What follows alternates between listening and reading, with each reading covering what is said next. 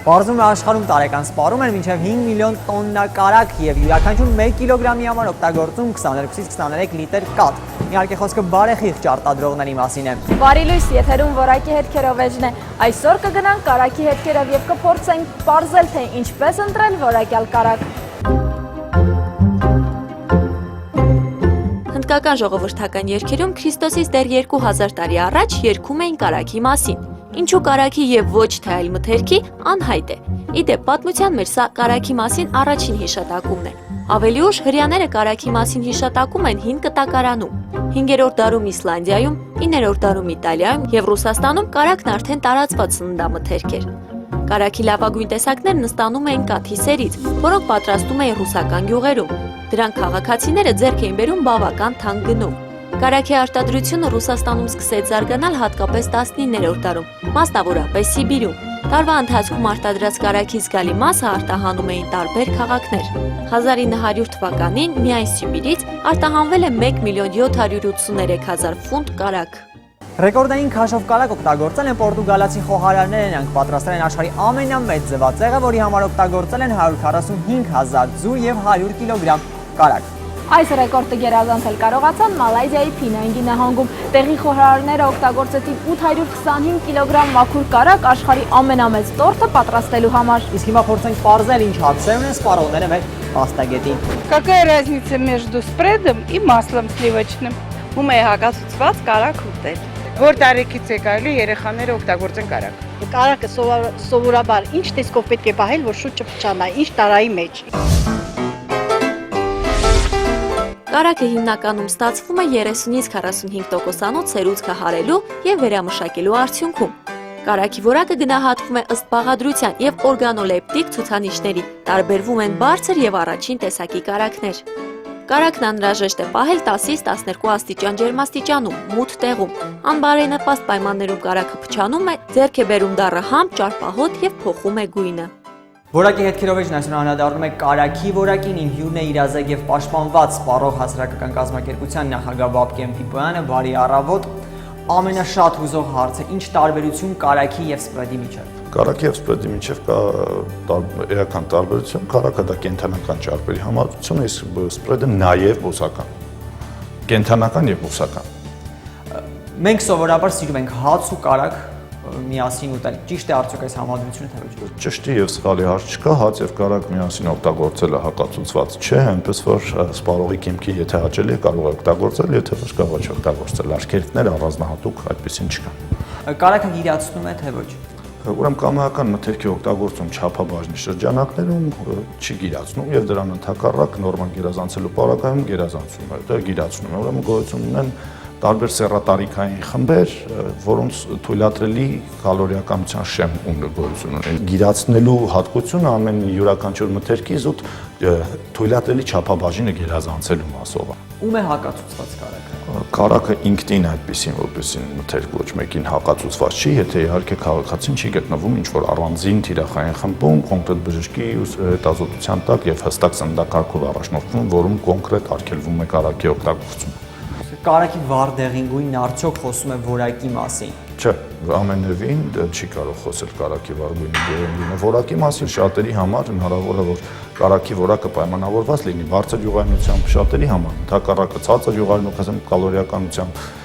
եւ գույնով պայմանավորված չէ այդ դեպքում, որովհետեւ կան բարձր յուղայնությամբ բաց գույնի կարագներ, մուգ, այստեղ որակը էլ ենք ընդհանրապես ընդամթերքի որակի չափորոշիչը դա համապատասխանության գնահատումն է։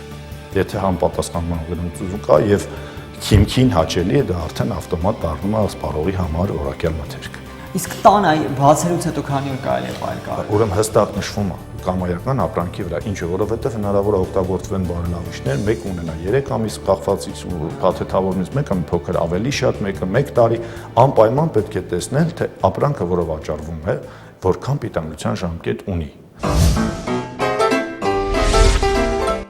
Սպրեդ ապրանքատեսակը համաշխարհային շուկայում վաղուց է ի հայտ եկել, Հայաստանում միայն վերջին 4-5 տարիներին։ Բուսական ծագում ունեցող սպրեդը կարագից էժան է, եւ շատ երկրներ արգելում են դրա տուփի վրա կարագ մակնշում անել։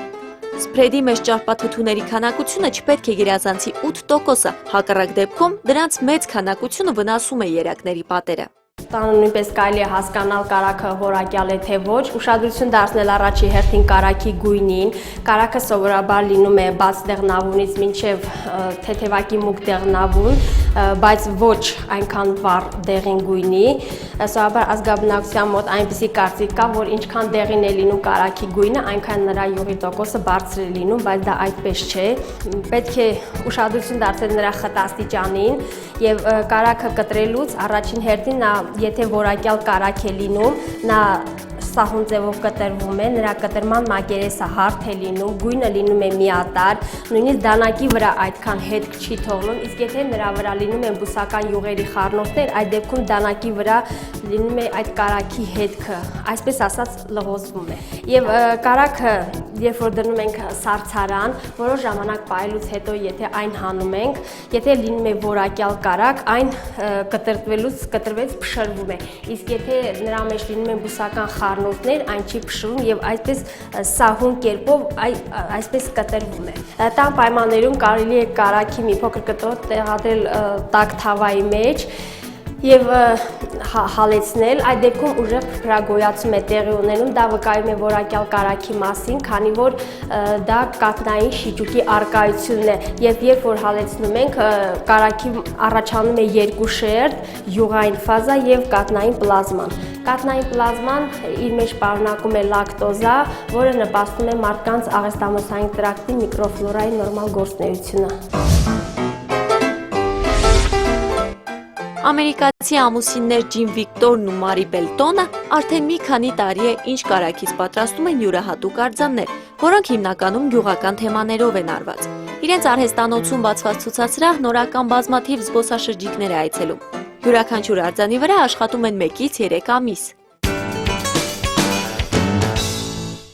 Ասում են, եթե ուզում ես կարագի իսկական համն ու հոտը զգալ, պետք է ուտես տնական կարագ։ Իսկ այդ հարցում այսօր մեզ կօգնի Տիկին Լավրան, բարի առավոտ։ Բարի առավոտ։ Արդեն քանի տարի եք պատրաստում։ Պատրաստում եմ 20 տարի։ Կաթը բերում ենք սեպարատորով զտում ենք կաթը, սերը առանձնացնում, հետո զտած կաթն էլ առանձնացնում։ Այդ սերը հավաքում ենք, թողում ենք թթվում մի քիչ, լցնում ենք խնոցու մեջ ու հարում ենք։ Այսքան սերից ինչքան կարագ կարող ենք ստանալ։ 10 լիտր սերից ստանում ենք 5-6 կիլո կարագ։ 10 կիլոգրամ սերին լցնում եմ 1 լիտր ջուր։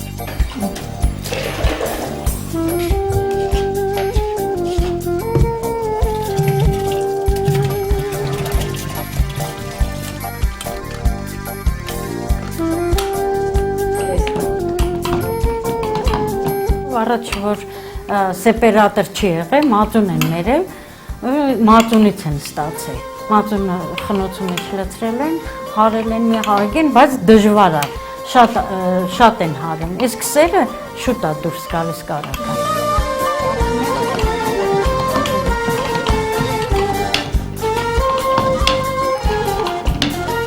Մոտ 10 րոպե պտտում ենք։ Ոնց եք հասկանում, որ արդեն հերիք է։ Մի քիչ որ հարում ենք, այդ ծանրությունը մեկը զգում եմ, որ թեթևաց է։ Մի քիչ էլ որ հարում եմ, ինքը կարագը արդեն դուրս է գալիս ու նեն զուլալ ձեն է գալիս, թանից անջատում։ Եկեք մի քիչ էլ ես անեմ։ Կարա՞։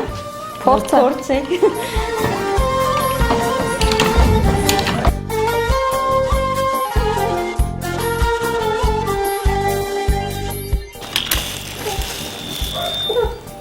Հիմա սա մենք կտատարկենք։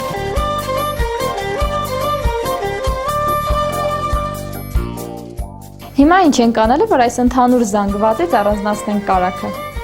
Հիմա բանը մենք սառնարանում դրել ենք սառը ջուր, քանի որ հիմա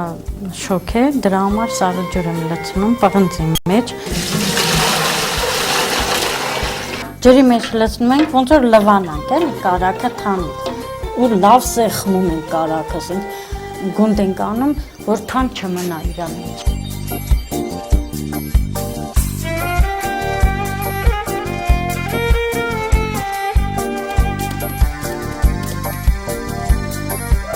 Եվ վերջում ինչ ենք անում։ Վերջում կարագը դնում ենք սառնարան, որ սառի, մինչև ասենք յուղիս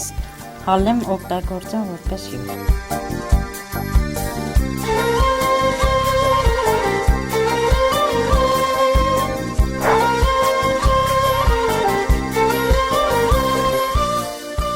Ահա կարագը պատրաստի, փորձեք, համտեսեք, արդար կարագ կերեք, որ առողջ լինեք։